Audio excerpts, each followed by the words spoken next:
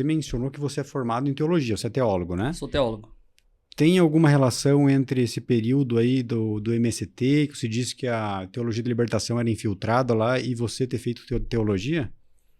Pois é, o MST ele começou como um movimento cristão, né? Um movimento da teologia da libertação, através da Comissão Pastoral da Terra, que é um movimento criado justamente para tentar emplacar a pauta do pobre, né? O que acontece? O professor Olavo dizia que no início dos anos 30, 1920, 1930, a União Soviética está tentando disputar com os americanos as suas ideias. Então você tem a Guerra Fria, de um lado o comunismo, do outro lado o capitalismo. Estão disputando o mundo. Cada palmo, cada centímetro do mundo é disputado por essas duas ideias. E qual que era o maior inimigo para a União Soviética invadir o Ocidente, tomar conta do Ocidente? O maior inimigo do comunismo é sempre a fé cristã. Porque o Ocidente é formado a partir dos valores, princípios, da ética cristã, né? Então, o que eles fizeram? Eles mandaram jovens para se tornarem padres. Então, os jovens fizeram um seminário católico, se tornaram padres. Quando você tem 1965, está acontecendo o Concílio Vaticano II, haviam muitos bispos ali. Lembrando, o bispo ele tem influência sobre muitos fiéis.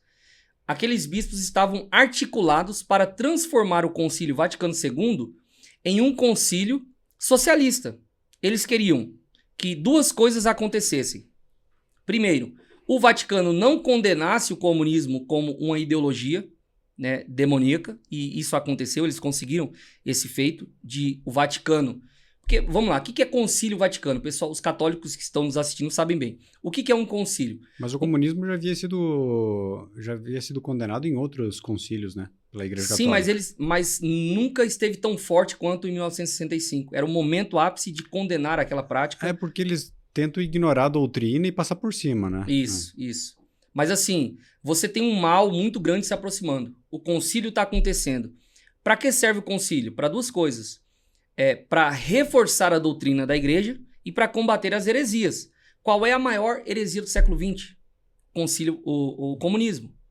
Então, isso não acontece porque houve muita pressão, houve muita articulação para que os bispos não denunciassem e condenassem o comunismo. Isso aconteceu. Mas a segunda coisa que eles queriam muito era tornar aquele concílio, que foi um concílio pastoral, na temática do pobre, para dizer o seguinte: Deus ama a todos, mas ele tem uma escolha preferencial pelos pobres. E aí, você até teve no último podcast com o professor Marcelo, né? Marcelo Andrade, que sabe falar sobre isso como ninguém. E o que está acontecendo ali? Tem o concílio, que são os documentos que obtiveram no concílio, e tem o espírito do concílio. Como a esquerda, como os comunistas souberam usar aquele concílio como propaganda para suas ideias. Não conseguindo emplacar nos documentos do Concílio Vaticano II a ideia de que Deus ama preferencialmente o pobre, eles vão até as catacumbas ali de Roma e selam o famoso Pacto das Catacumbas, onde aqueles falsos bispos, né, da teologia da libertação, eles selam esse pacto dizendo que a partir daquele momento eles adotariam uma postura onde eles iam evitar a vaidade, evitar as riquezas e tal. Só que eles pegam esse documento e vêm para a América Latina e começam a fazer as conferências. A principal foi a conferência de Medellín, na Colômbia. E nesse concílio começa então a disseminar essas ideias. E qual que é a ideia? É uma ideia de uma teologia cristã sem Cristo. Isso é teologia da libertação. Materialista. Né? É importante definir. Por que a teologia da libertação ela é uma teologia anticristã? Ela não pode existir ou coexistir com a verdadeira fé cristã. Porque ela é baseada na teoria de Karl Marx. Então, ela é uma doutrina materialista, ou seja, ela ignora o transcendente. Ela ignora as coisas eternas. Ela ignora a ideia de céu, a ideia de inferno, a ideia do mal. A teologia da libertação é ateia, né? Ela é ateia. Você, quando encontrar aí algum vídeo de um padre de teologia da libertação, agora eu tô fazendo isso, eu fico observando, prestando atenção no discurso dele. Às vezes eles falam por 5, 10 minutos e não mencionam a palavra Deus, Cristo, céu, qualquer coisa transcendental. É só um discurso puramente materialista. Materialista e político. Eles tiram a ideia de Deus, de céu e inferno e surge no lugar do mal, do maligno, o mal social. Então eles não buscam redenção através da cruz e do sacrifício de Cristo. Eles buscam a justiça social. E essa palavra justiça social, ela é carregada de ideologia, porque a Bíblia Sagrada, ela não propõe uma justiça social. Vou te dar um exemplo. Quando tem um pobre, eu não vou usar o exemplo do pobre, vou usar o exemplo do bandido.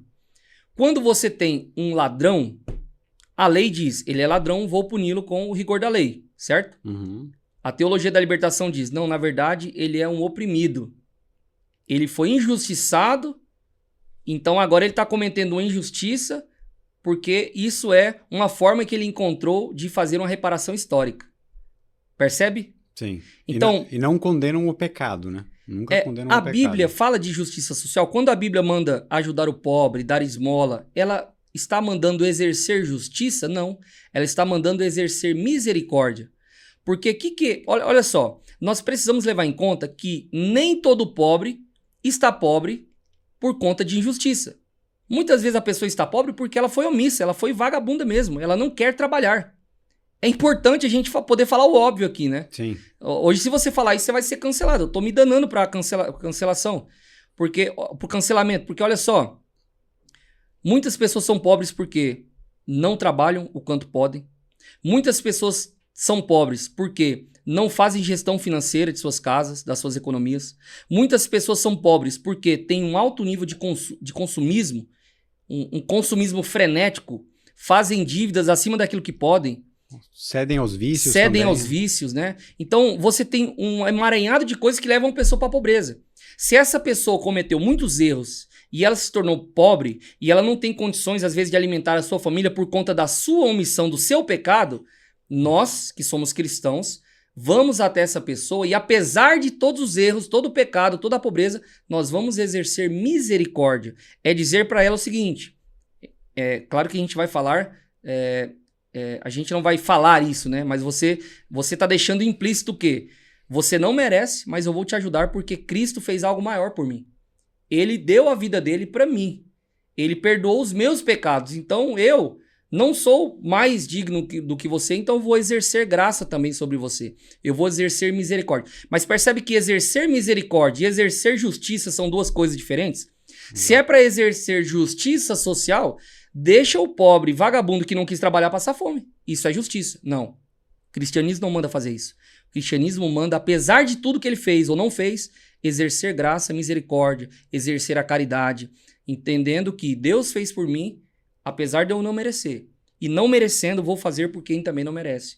Isso é uma extensão da graça de Deus. Mas, ao mesmo tempo, condenar o pecado, né? Condenar um pecado você nunca e vai ajudá-lo a sair dessa miséria. Ajudá-lo a sair como? Aí vem uma nova mentalidade.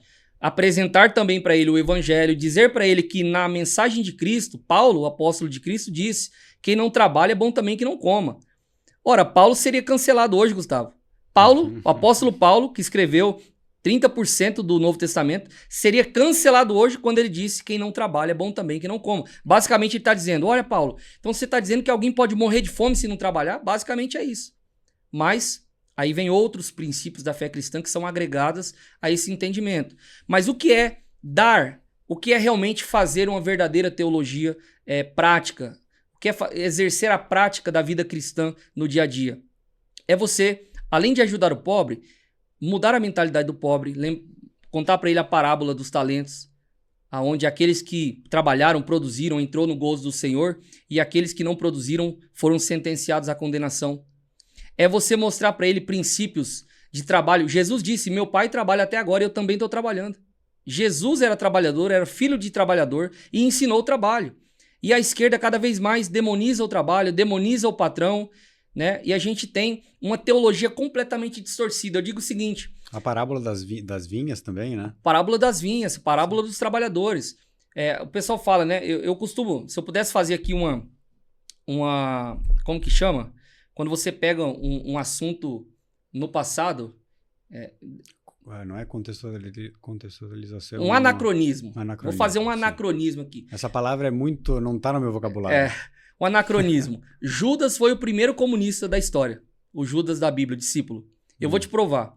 Tem uma passagem onde Jesus está assentado numa mesa, vem uma mulher, pega um perfume muito caro e derrama sobre Jesus. Sim. E Judas é o discípulo de Jesus, está ali sentado e diz: olha, condena a mulher. Judas olha para a mulher e diz: você devia ter vendido esse perfume caro que custava 1 ano de trabalho e ter dado para os pobres, exercido misericórdia. Aí a Bíblia diz assim, ó: Judas dizia isso porque era ladrão. Ele estava roubando a bolsa de Jesus, a bolsa que ele carregava, ele era o tesoureiro dos discípulos ali. Então, o ministério de Jesus era sustentado pelas mulheres ricas, Lucas capítulo 8. Então, as mulheres ofertavam para que Jesus pudesse fazer o seu trabalho, né, caminhar pela Judéia, pela Galileia e fazer a sua evangelização. Porque se você jogar lá dentro da bolsa comum é mais fácil desviar sem ninguém perceber, né? Então, Judas era o tesoureiro, ele tá com a bolsa e ele tá dizendo para a mulher, ó, em vez de você derramar esse perfume aí em adoração, você devia ter vendido e colocado aqui na bolsa para eu roubar mais. E aí Jesus diz para Judas o seguinte: os pobres vocês sempre vão ter com vocês, mas essa mulher aqui está fazendo algo para o meu sepultamento. Jesus basicamente está dizendo que a adoração é a coisa mais importante da fé cristã. Não é a misericórdia que exerce com o pobre financeiramente. Então a teologia da libertação ela tenta desvirtuar, dizendo que a coisa mais importante do evangelho é o pobre. Eu ouvi isso da boca do advogado do MST dizendo: o centro do evangelho é o pobre. Mas o centro do evangelho não é a boa notícia? O centro é Deus, né? É Deus. A boa notícia é que Jesus veio, se encarnou, morreu, ressuscitou no 3º dia e agora pode nos salvar. Essa é a boa notícia, o evangelho, a palavra evangelion, né, do grego. Então, eles querem tirar isso porque, afinal, se você coloca o pobre no centro da fé cristã, um marxista consegue monetizar demais com isso. E é por isso que existe MST, porque dá para monetizar demais em cima do pobre.